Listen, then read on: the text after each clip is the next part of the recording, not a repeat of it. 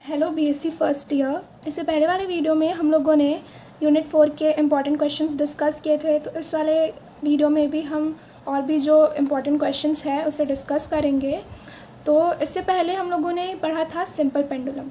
तो simple pendulum को हम लोगों ने स्टडी करने के बाद एक कंक्लूजन निकाला था कि जो सिंपल पेंडुलम है वो थ्योरेटिकल है, उसको प्रैक्टिकली नहीं किया जा सकता है, क्योंकि एक हैवी पॉइंट मास ऑब्टेन करना और एक and massless and also elastic string जो इनएक्सटेंसिबल हो वो ऑब्टेन करना ईजी नहीं है, वो प्रैक्टिकली पॉसिबल नहीं है।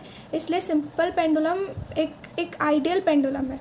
सो आज हम लोग डिस्कस करेंगे कंपाउंड पेंडुलम। तो कंपाउंड पेंडुलम क्या है? Motion of a compound pendulum, a rigid body of any shape and size which can oscillate freely in a vertical plane about the horizontal axis passing through any point on the body itself is called the compound pendulum. हम लोग simple pendulum में एक point mass मांगते थे, एक point mass होना चाहिए बोलते थे, बट इसमें क्या है, कंपाउंड पेंडुलम में एक रिजिड बॉडी होनी चाहिए जिसकी कोई भी शेप हो सकती है, कोई भी साइज हो सकती है, which can oscillate freely in a vertical plane. Vertical plane में वो फ्रीली ऐसे ऑसिलेट कर सकता है अबाउट द हॉरिजॉन्टल एक्सिस। मतलब वर्टिकल प्लेन होता है और लेकिन वो ऑसिलेट तो ऐसे करते हैं ना, तो उसको बोला है about the horizontal axis passing through any point on the body itself is called the compound pendulum. तो देखिए इसमें क्वेश्चंस कैसे पूछे जाते हैं। Deduce the formula for the time period of oscillation of a compound pendulum and find the condition for minimum time period. तो ऐसे हम लोगों को क्वेश्चंस पूछे जाएंगे, तो उसको मतलब इसको motion of for the time period of oscillation निकालना है, कंपाउंड पेंडुलम का फॉर्मूला निकालना है वो ऑसिलेशन के टाइम पीरियड का। तो कंसिडर करते हैं, consider a rigid body which can oscillate freely about a horizontal axis through O. Let G be the center of gravity of the body lying vertically below O at a distance L in its। देखिए ये एक rigid body है ये, और ये कहाँ से मतलब एक हॉरिजॉन्टल एक्सिस के अबाउट ऐसे वो ऑसिलेट करेगी थ्रू O। तो ये जो G है ना, ये सेंटर ऑफ ग्रेविटी है बॉडी का, जो किसके नीचे है, O के जस्ट नीचे है। यही हम लोगों ने अभी रीड किया था। और इसका जो डिस्टेंस है O से G का वो क्या है, L। ये देखिए यहाँ पे L लिखा है। Suppose the body is displaced by an angle theta into its new position as shown in figure. ये सपोज कीजिए कि ये जो बॉडी है उसको थीटा एंगल से ऐसे डिस्प्लेस किया जाता है। देखिए ये वाला एंगल यहाँ पे theta, into its new position. The centre of gravity G is displaced to the point G dash. अभी जब ये रेस्ट पोजीशन में है तो इसकी सेंटर ऑफ ग्रेविटी क्या है, G। जब इसको डिस्प्लेस कर देंगे तो इसकी सेंटर ऑफ ग्रेविटी क्या हो जाएगी, G डैश हो जाएगी। So if M is the mass of the pendulum, the moment of the couple that tends to bring it to back its original position. तो अगर हम जो M है वो पेंडुलम का मास है, तो डिस्प्लेस करने के बाद वो वापस अपने ओरिजिनल पोजीशन में आने का जो कोशिश करता है, उस मोमेंट का फॉर्मूला क्या है, फोर्स इनटू परपेंडिकुलर डिस्टेंस। तो हमारी फोर्स की वैल्यू क्या हो जाएगी, mg। ये नीचे एक्ट करता है तो ये mg हो जाती है इसकी वैल्यूज़ को, तो फोर्स हमारा हो जाएगा mg, और परपेंडिकुलर डिस्टेंस ये ng डैश को बोल रहे हैं। यहाँ से यहाँ तक का जो डिस्टेंस है परपेंडिकुलर डिस्टेंस वो ng डैश है। तो ng डैश की वैल्यू कैसे निकाले हैं, ये थीटा है, तो sine theta is equals to क्या होता है, sine theta is equals to perpendicular upon hypotenuse. तो अभी इसमें परपेंडिकुलर क्या है, परपेंडिकुलर हमारा ng डैश है और हाइपोटेन्यूस हमारा है ये, और हाइपोटेनस है हमारा OG डैश। तो OG डैश की वैल्यू और OG की वैल्यू दोनों तो सेम ही होगी ना, क्योंकि इसको हम लोगों ने सिर्फ डिस्प्लेस किया है, लेकिन वैल्यू तो L ही है। तो क्या होगा, ये sine theta is equals to ng dash upon L। तो ng डैश की क्या वैल्यू हो जाएगी, L साइन थीटा। तो उसको यहाँ पे पुट कर दिया गया है। और तो हम लोगों ने मोमेंट ऑफ रीस्टोरिंग टॉर्क की वैल्यू हम लोगों ने निकाली mg L थीटा। यहाँ पे साइन थीटा को थीटा इसलिए लिखे हैं क्योंकि जो थीटा है वो बहुत स्मॉल है, इसलिए साइन थीटा की अगर वैल्यू अगर थीटा बहुत स्मॉल हो जाएगी तो वो अप्रॉक्सीमेटली इक्वल टू थीटा हो जाएगी, इसलिए यहाँ पे सिर्फ हम लोगों ने थीटा लिखा है। तो ये जो रीस्टोरिंग टॉर्क है वो जब पार्टिकल डिस्प्लेस्ड है, अभी रीस्टोरिंग टॉर्क लगेगा तो वो फिर अपने मीन पोजीशन में आने की कोशिश करेगा, तब उस टाइम पे वो एक एस्लरेशन होगा, मीन्स वो फास्टली आएगा, तो एस्लरेट होके आ रहा है। तो this restoring tends to bring the pendulum in mean position which produces an angular acceleration. Angular acceleration को यहाँ पे हम लोगों ने अल्फ़ा लिया है, which is equals to d square theta by D T square velocity. तो इनर्शियल टॉर्क की क्या वैल्यू होती है, I moment of inertia into d square theta by D T square, where I is a moment of inertia. देखो both torques are equal and opposite. जो ये both torques बोल रहे हैं ना, तो एक हम इन लोगों ने अभी जो निकाला रीस्टोरिंग टॉर्क और ये इनर्शियल टॉर्क, ये दोनों इक्वल है और अपोजिट है। Hence equation of motion of pendulum will be, motion of pendulum का इक्वेशन क्या होगा हमारा, ये दोनों इक्वल है और अपोजिट है तो एक नेगेटिव साइन, तो I D square theta by D T square is equals to M G L theta. इसको इधर लेके आने पे क्या हो जाएगा, एम जी एल थीटा। फिर ये आई से होल इक्वेशन को डिवाइड कर दिए हैं, इसलिए यहाँ पे आई आ गया है। अब क्या करेंगे, इसको कंपेयर करेंगे equation of simple harmonic motion से इक्वेट करेंगे, तो उसका फॉर्मूला उसका इक्वेशन क्या होता है। सिंपल हार्मोनिक मोशन का इक्वेशन होता है D square X by D T square plus omega square X is equals to 0, ये होता है। तो ये हमारा D square theta by D T square, यहाँ से अपन थीटा को यहाँ पे रख देंगे और बाकी जो भी वैल्यू आएगी उसको ओमेगा स्क्वायर ले लेंगे। तो हमारे ओमेगा स्क्वायर की क्या वैल्यू है, M G L by I. तो हम लोगों को क्वेश्चन में क्या फाइंड करने बोला था, deduce the formula of time period. तो टाइम पीरियड का क्या फॉर्मूला होता है, ये पहले तो लिख देंगे, this equation represent simple harmonic motion whose time period. Time period का फॉर्मूला होता है 2 बाई ओमेगा। ओमेगा की वैल्यू इस इक्वेशन में हमारी क्या है, M G L by I. तो ये देखिए यहाँ पे पुट कर दिए, तो ये हमारा जो फॉर्मूला डिराइव करने बोला था ये हो गया। और भी कंपाउंड पेंडुलम में हम लोगों को इंटरचेंजेबिलिटी पढ़ना है और condition for maximum time period, minimum time period भी पढ़ना है। तो एज्यूम करिए अगर आई जी हमारा मोमेंट ऑफ इनर्शिया है बॉडी, उस बॉडी का अबाउट इट्स पैरेलल एक्सिस, उसके parallel axis, about the axis parallel to axis passing through G. देखिए जो जी से ये एक्सिस पास हो रहा है, इसी के पैरेलल एक एक्सिस, उसके अबाउट में जो बॉडी का मोमेंट ऑफ इनर्शिया है उसको हम लोगों ने आई जी लिया है। देखिए then the moment of inertia I of the body about an axis passing through O is given by I is equals to I G plus M L square. ये वाला कहाँ से आया है, by theorem of parallel axis. तो ये आई जी की क्या वैल्यू लिखे हैं, M K square plus M L square. M L square क्या है, moment of inertia of the axis passing through G का है ये। तो मोमेंट ऑफ इनर्शिया का फॉर्मूला होता है ना मास इंटू रेडियस स्क्वायर। तो ये ओ और जी के बीच में कितना डिस्टेंस है, एल, तो एल का स्क्वायर हुआ है। ये आई जी, आई जी भी क्या है, mass into radius of gyration. ये पैरेलल एक्सिस का मोमेंट ऑफ इनर्शिया। तो K is the radius of gyration of the body about an axis passing through G.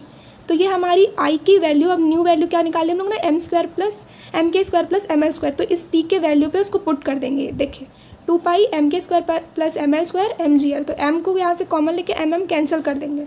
तो अब हमारी टी की वैल्यू क्या आ गई, 2 पाई के square plus L square upon L G. इस एल को ऊपर लेके जाएंगे तो हमें क्या वैल्यू मिलेगी टी की, T is equals to 2 pi under root K square by L plus L by G. अब इस इक्वेशन को सिंपल पेंडुलम के इक्वेशन, टाइम इक्वेशन से क्या करेंगे, कंपेयर करेंगे। तो उसका क्या था, T is equals to 2 pi under root L by G. तो ये पूरा तो सेम है, तो मतलब एल की क्या वैल्यू होएगी, के square by L plus L. तो ये हमारी एल की वैल्यू हो गई and is called the length of equivalent simple pendulum. Equivalent क्यों बोला गया है कि ये सिंपल पेंडुलम नहीं है ना, कंपाउंड पेंडुलम। तो ये एल क्या है, length of equivalent simple pendulum. Again आप क्या करेंगे, ये टी की जो वैल्यू है ना उसको स्क्वायर कर देंगे बोथ द साइड। तो हमें स्क्वायरिंग करने पे ये मिलेगा। अब इस इक्वेशन को डिफरेंशिएट कर दिया विथ रिस्पेक्ट टू एल, तो हमें क्या मिला, ये 2t dt by D L is equals to 4 pi square by G bracket में minus K square upon L square plus 1। मैंने आपको बोला था नहीं, ये कंपाउंड पेंडुलम में हम लोगों को condition for maximum time period, minimum time period पढ़ना है। इस क्वेश्चन में तो इसमें जो क्वेश्चन पूछा था उसमें सिर्फ मिनिमम पूछा था करके, यहाँ पे सिर्फ मिनिमम को डिस्क्राइब किया। तो for the time period to be minimum होने के लिए ये जो dt/dl है उसको ज़ीरो होना चाहिए। तो ज़ीरो होना चाहिए, इस दैट मीन्स k² - k²/L² + 1 = 0। इसकी वैल्यू यही है ना। मिनिमम टाइम पीरियड के लिए हम लोगों ने -k² + 1 को ही क्यों = 0 इक्वेट किया है, क्योंकि ये dt/dl, ये जो टाइम पीरियड है वो g तो हमारा कांस्टेंट है, पाई भी कांस्टेंट है, k भी हमारा कांस्टेंट है, ये t इधर लेके आएंगे तो वो भी हमारा कांस्टेंट है। तो हमारा डिफ़र क्या कर सकता है, ये L² ही, L जो है यही बस डिफ़र करेगा, इसलिए हम लोगों ने सिर्फ ये वाली क्वांटिटी ली है। तो = 0। सो फिर इसमें से k की वैल्यू निकाले हैं। Hence the time period will be minimum when the distance of centre of gravity from the point of suspension is equal to the radius of gyration. मतलब हमारा टाइम पीरियड कब मिनिमम होगा, जब radius of gyration और जो हमारा जो point of suspension से, ये वाला देखिए, ये जो डिस्टेंस है ये L, ये दोनों रेडियस ऑफ गायरेशन और ये वाला जो डिस्टेंस है ये L, अगर ये दोनों इक्वल हुआ तभी हमारा जो टाइम पीरियड है वो मिनिमम होगा। When the distance of centre of gravity from the point of suspension is equal to the radius of gyration. और अगर मैक्सिमम के लिए देखना है तो ये जो L² की वैल्यू है ना उसको ज़ीरो रख दो, जैसे कि ये -k² + L² + 1 = 0, ये वाला जो है ना। तो अब हमें ये टाइम पीरियड का क्या वैल्यू चाहिए, मैक्सिमम चाहिए, तो उसके लिए ये L² को ज़ीरो कर दो। L² को अगर ज़ीरो करेंगे तो क्या आएगा, -k² / 0 + 1 = 0। Anything divided by 0 = infinity. तो मतलब जब L की वैल्यू ज़ीरो होगी, मतलब जो हमारा लेंथ था उस पॉइंट ऑफ सस्पेंशन से radius of centre of gravity के बीच का जो डिस्टेंस है वो अगर ज़ीरो हो जाएगा तब हमारा टाइम पीरियड क्या हो जाएगा, मैक्सिमम हो जाएगा। मतलब कि जो हम लोग ये पेंडुलम को यहाँ से यहाँ पे ये वाला जो पेंडुलम है इसको यहाँ से सस्पेंड किया है ना, अगर ये सेंटर ऑफ ग्रेविटी से ही इसका सस्पेंशन होता तो उसका मतलब L की वैल्यू क्या हो जाती, L की वैल्यू = 0 हो जाती। मतलब उस टाइम पे हमारा जो टाइम पीरियड है वो सबसे ज़्यादा मैक्सिमम होता।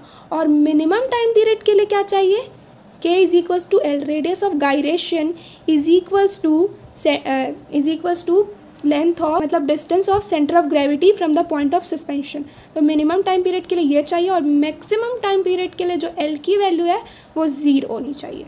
एक ये वाला भी छोटा सा टॉपिक है कंपाउंड पेंडुलम में, interchangeability of point of suspension and oscillation. ये वाला भी क्वेश्चन पूछा जाता है, इसी के साथ में ये 5 या 6 मार्क्स के क्वेश्चन के साथ में ही पूछ लेता है, या फिर 2-3 मार्क्स के लिए भी ये पूछा जाता है। तो ये क्या बोल रहे हैं देखिए, the point of suspension and the point of oscillation can be mutually interchange, that is the time period of pendulum about the horizontal axis passing through these points remains the same. मतलब कि जो हम ही आएगा, अभी हम लोगों ने देखो जैसे कि पेंडुलम का टाइम पीरियड निकाला था about the point of suspension S से, जब हम लोगों ने S से उसको सस्पेंड किया था तो t = 2π √k² / L + L/g, ये हमारा उस टाइम का टाइम पीरियड था। अब अगर मान लो उसको, मतलब उस पेंडुलम को हम लोग पॉइंट ऑफ सस्पेंशन S से इन्वर्ट करके पॉइंट ऑफ ऑसिलेशन O से उसको हैंग कर दे, वहाँ से सस्पेंड कर दे, तब टाइम पीरियड क्या होगा, तब का टाइम पीरियड हम लोग एज्यूम करते हैं t dash, value L dash. देखिए कुछ नहीं किया हम लोगों ने, ये S से हम लोगों ने सस्पेंड किया था पॉइंट ऑफ सस्पेंशन से, तब S से सेंटर ऑफ ग्रेविटी का डिस्टेंस L था। अब हम लोग बोल रहे हैं इसको इंटरचेंज करके O से सस्पेंड कर देंगे, तो O से सेंटर ऑफ ग्रेविटी का डिस्टेंस अगर हमारे यहाँ तक L है तो O से G का डिस्टेंस हम लोग L डैश ले लेते हैं, L आ जाएगी। तो देखिए इस वाले में इक्वेशन में अब अपन पुट करेंगे k² / L की वैल्यू हम लोग अंडर रूट में देखिए L डैश पुट कर रहे, प्लस L की वैल्यू क्या पुट करेंगे, L की वैल्यू देखो हम लोगों ने निकाली है k² / L डैश, और ये नीचे का G वैसे का ही वैसे रहेगा। तो यहाँ से हमारा क्या आया, बस ये t डैश की वैल्यू क्या आ गई, k² / L dash plus L dash / G। अब देखो t डैश, अब देखो ये जो t डैश है, ये वाला जो k² / L डैश है, यहाँ पे के स्क्वायर बाय एल डैश की वैल्यू क्या है एल, तो उसको अगेन एल पुट कर दो और ये एल डैश की वैल्यू क्या है के स्क्वायर बाय एल। तो ये टी की वैल्यू और टी डैश की वैल्यू दोनों की वैल्यू देखो एकदम सिमिलर है ना। It is clear from equation 5.30 and 5.31 that T is equals to T dash, that is the time period of the pendulum about the point of suspension and the point of oscillation remains the same, that is the point of suspension and the point of oscillation are mutually interchangeable। इसका मतलब point of suspension से हम लोग उसको oscillate करें या फिर point of suspension से oscillate करें, जो time period है वो same आएगा, मतलब इन दोनों को interchange किया जा सकता है। You guys understand the video, understand the compound pendulum। मिलते हैं नेक्स्ट वीडियो में और भी क्वेश्चन यूनिट 4 के नए क्वेश्चन इंपॉर्टेंट क्वेश्चंस के साथ। Till then bye bye.